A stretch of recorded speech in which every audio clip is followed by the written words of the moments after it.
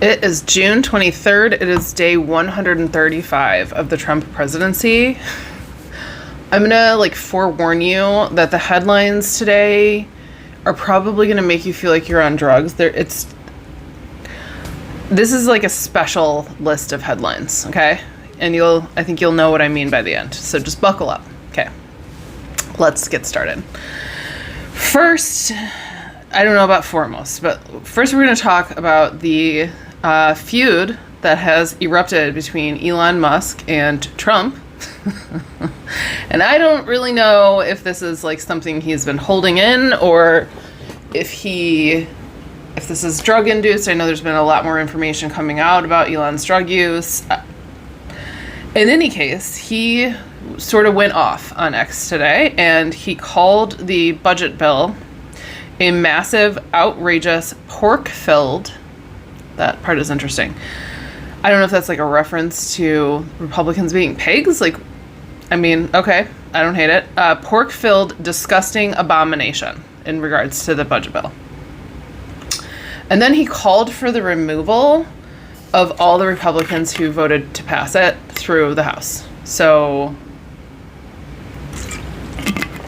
that is a choice that he made. I am so curious because I don't think Trump has responded yet. Can't wait. Literally cannot wait to see what happens next. On the edge of my seat. Also can't wait to review the rest of these headlines. Deep breath, okay? So Trump is building a golf course on the White House lawn.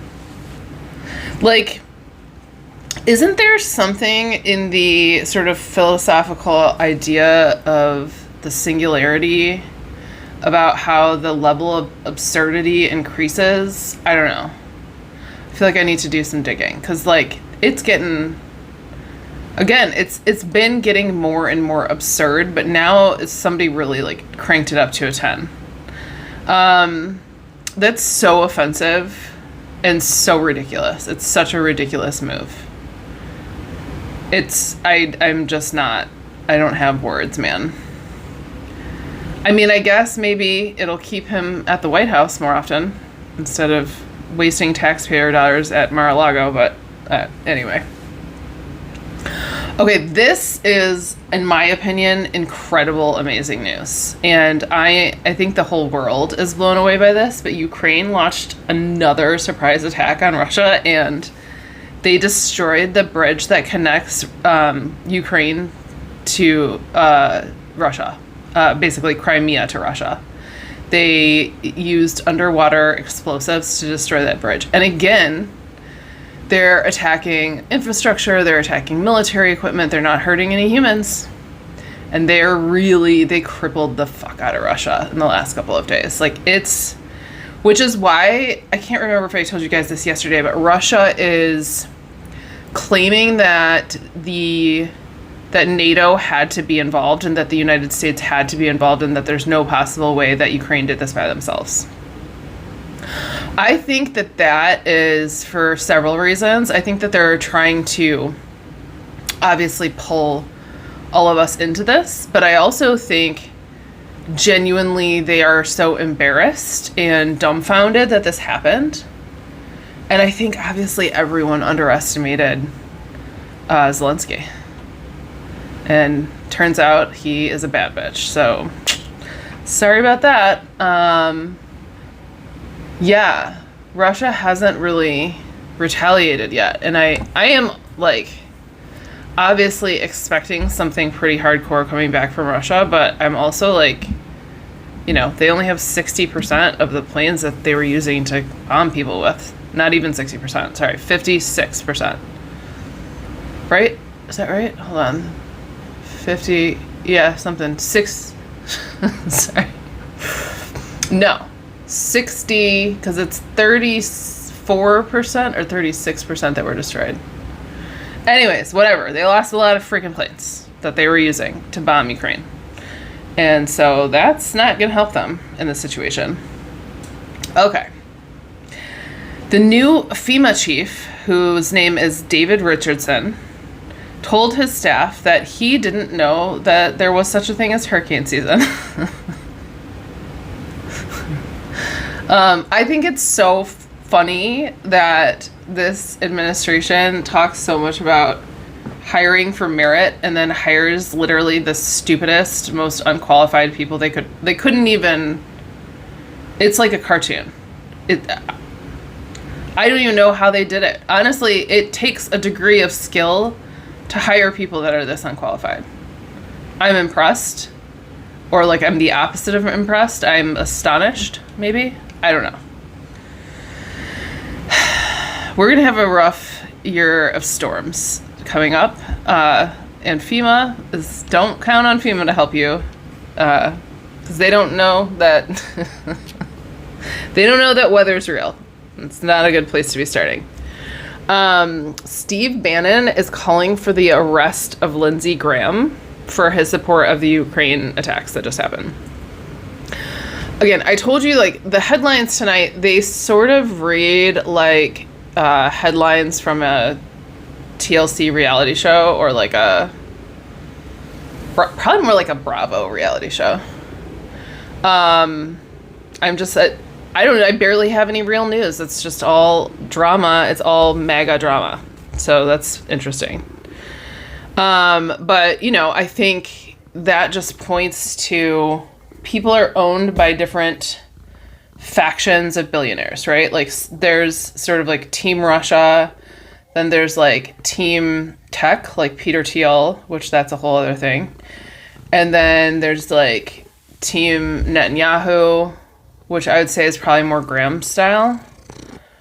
There's a lot of different people in power that are fighting over the fate of humanity right now and where they want to see this thing go. Bixie just wants to purr directly into the microphone again. Okay, so you know what? Snacks hasn't been joining me for the news. It's been Bixie for the last week, which is interesting. Yeah. Marjorie Taylor Greene. Like I said, this is just like a MAGA drama fest. Marjorie Taylor Greene is really pissed off. She said that she didn't realize what was in the budget bill. Sounds like a lot of these people didn't read the thing. And that when she found out that there's a provision in the bill to make it so that we can't regulate AI for the next 10 years, which is arguably the most dire time to be regulating AI. Like, it's when the worst shit is probably about to happen soon. She said that she regrets voting yes for this because now that she knows that that's in there, and she said she will not vote yes for it again. Honestly, good for her. I can't stand her, but, I agree with that decision. I think she's right.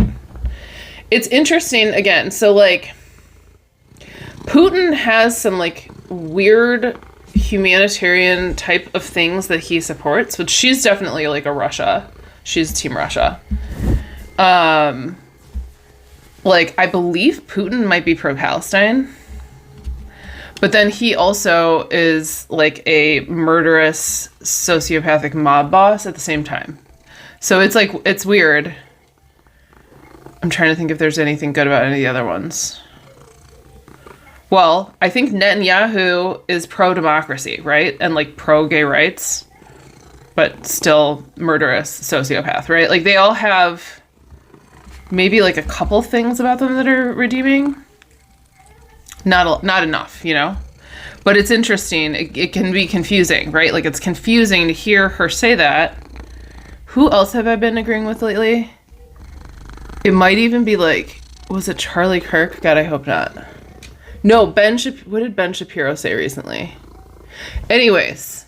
Oh, Ben Shapiro was saying, I think he's saying that Trump is doing a shitty job and like doing a bunch of really crazy stuff.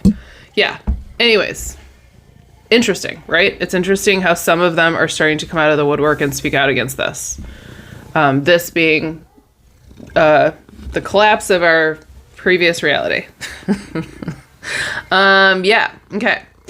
U.S. Treasury Secretary Scott Bessant is accusing, this is so funny. Honestly, this sounds like an Onion headline, but it's not. He's accusing China of holding back the products that are that are essential to the U.S. industrial supply chain. That is honestly like the lack of accountability and self-awareness in that statement is so crazy. That is so crazy. That's like a man cheating on you and then being like, saying you caused the divorce. Okay. That's not even worth a conversation, because it's like the level of dissociation you have to say that out loud as a statement is so wild. Like, y'all are... Y'all have destroyed whatever goodwill there was between the United States and China and the agreement that we had, and in no uncertain terms have made it abundantly clear that we're not, like, we can't be, like, rationally... No one can have, like, a rational discussion about, like, hey, can we come up with an agreement that maybe benefits us a little bit more? We feel... like this is, we feel like this is imbalanced. Like, that could have been a conversation. You could have just had that conversation, see what happens, instead of what has transpired, which has been honestly humiliating for Trump and the United States, not for China. Anyways, whatever. These are the most embarrassing human beings. I'm just like trying to think, if I agree with the idea that they're the most embarrassing humans in world history. Maybe, because here's the thing about the old evil people, like old school evil people. Genghis Khan, right? He wasn't funny at all. He just murdered and raped like millions of people. That's not funny. Like, there's nothing like... There's no, like, Mr. Bean element to the old school, scary people that ran things.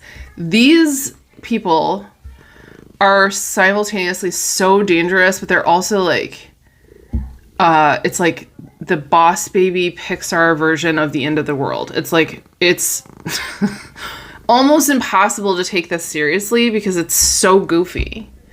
And they're so dumb, man. Like, they just are stupid.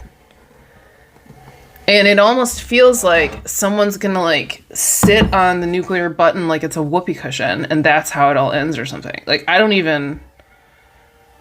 know. I shouldn't tell you guys this. But I'm gonna. There's and then I have one more. Do I have one more headline for you? You know what? Let's talk about this last headline first, and then I'll tell you the end story. The White House, this is so... I want to be lying. I'm not. Okay? I wish I was. The White House is considering giving Fox News security clearance and, like, access to classified information so that they can run the daily presidential intel briefings, because Trump won't read.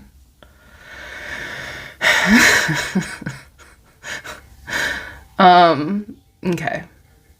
That's it. That's all I have for you.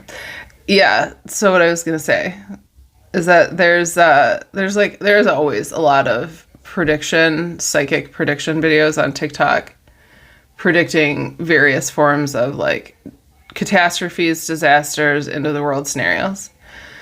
And someone was talking about how it's like a combination of psychics predicting this and then, like, supposedly, like, leaked intel that people in the government claim to know that something's going to happen in 2027 that's going to, like, change the course of human history, whatever that could mean. And so I was thinking about it, and I started almost imagining it like a meditation. Like, if we knew for sure that something was going to, like, end the world or, like, drastically, I don't know, like, kill most people or something in 2027, how would I live differently knowing that we only had, like, a year and a half left?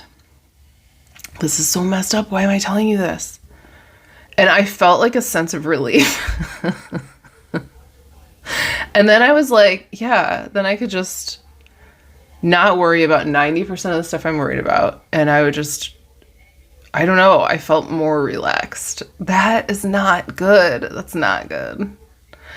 I was like, yeah, we could just play a lot of games, like play a lot of video games, hang out with my daughter a lot and my pets, and I would stop worrying about the future.